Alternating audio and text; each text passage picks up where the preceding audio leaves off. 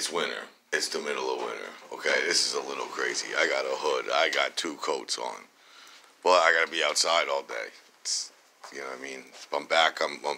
My hernia is done, and I'm back outside all day. So I gotta dress for the occasion, and it looks like I did the right thing because snow everywhere. All right. So today I figured it's getting a little lighter out in the morning. I can shoot while I walk.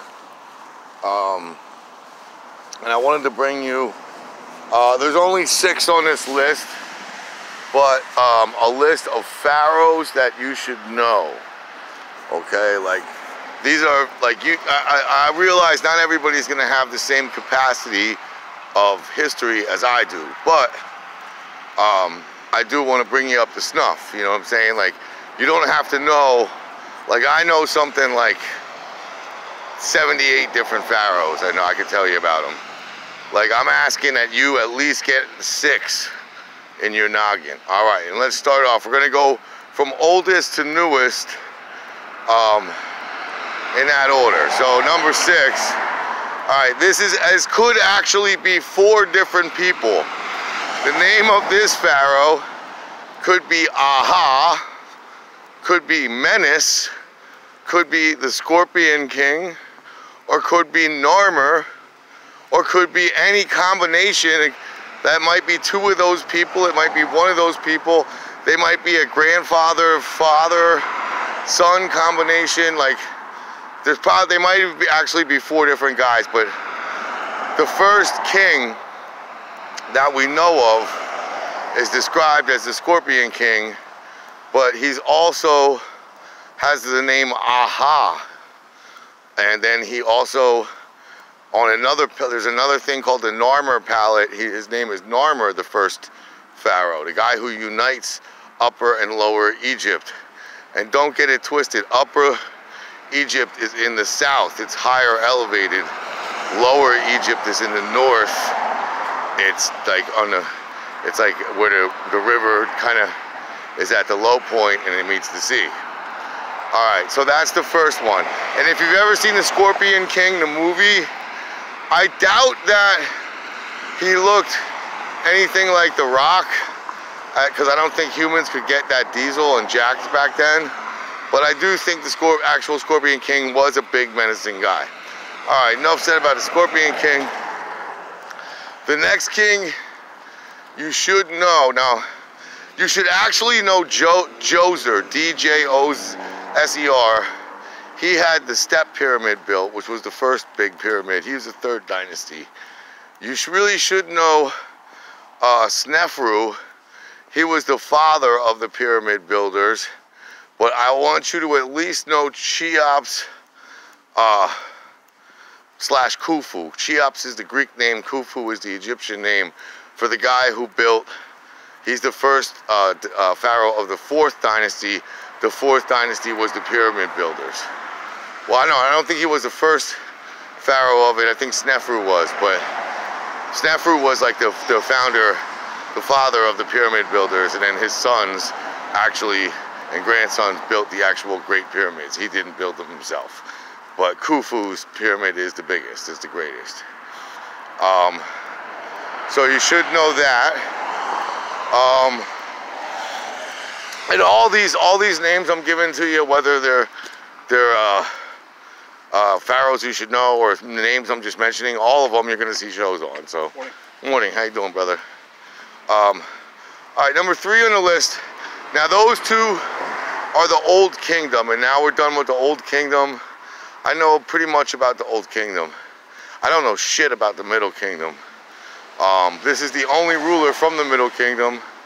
Not only that I can name, but that's on this list.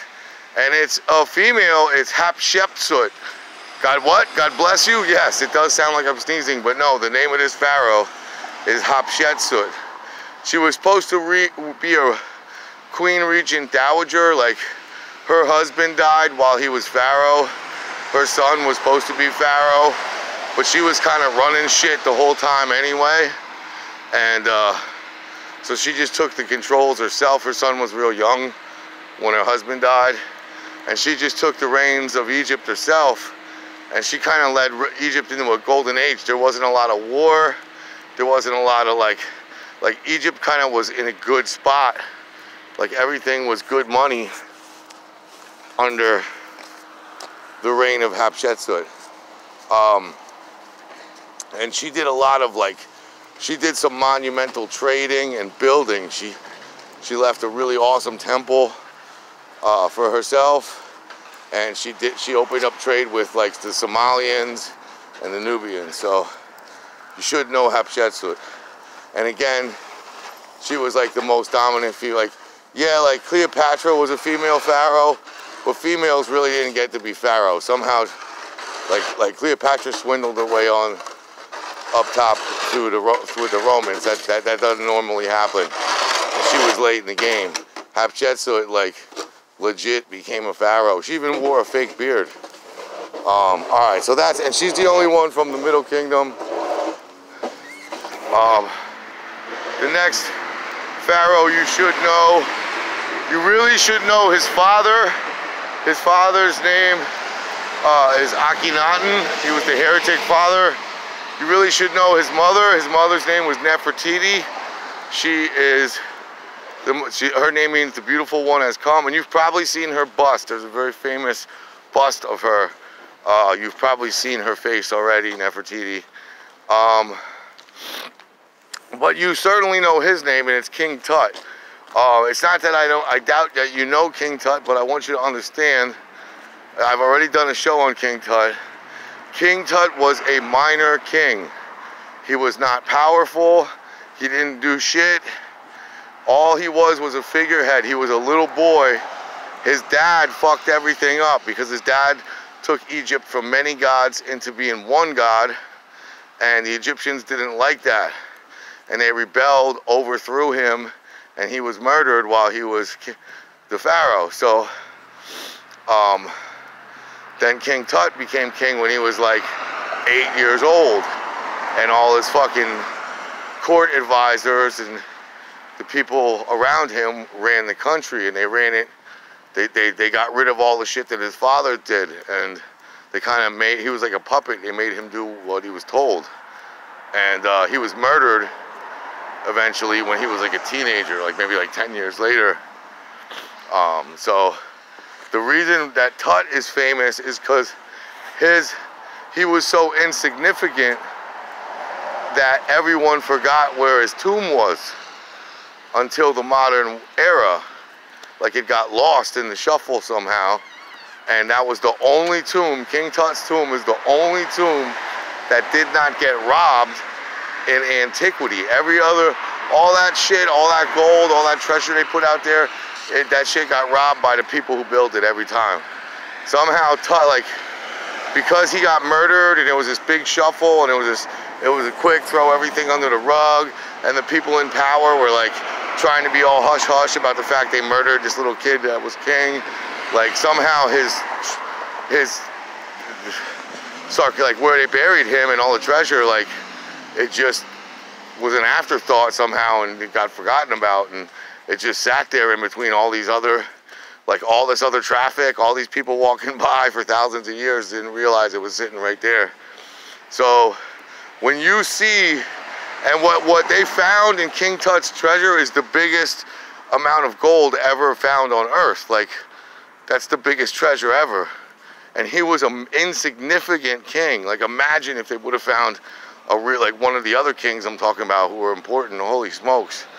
So anyway, after King Tut, his dynasty ended with him, or whoever his murderers were. There was a guy who murdered, there was two guys who murdered him. They were both viziers, counselors or whatever.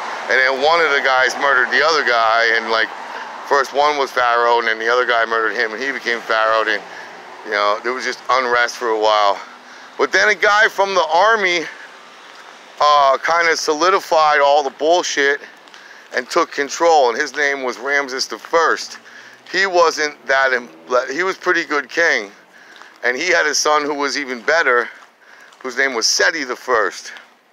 This was the beginning of the 19th dynasty. King Tut was the 18th dynasty. Okay? This is the new kingdom. This is when Egypt is at its greatest point, by the way. Alright? But Seti had a son named Ramses II, and he was now Ramses II is the greatest king, the greatest pharaoh of all. He had like something like 200 children. He had over 100 wives. He built so many monuments. There's more shit that says Ramses than anything else combined, any other kings combined. He ruled longer than anyone. He ruled something like 60 years. He lived into being in his 90s. He became king when he was a teenager. He kicked ass and took names. Just Egypt prospered under Ramses II.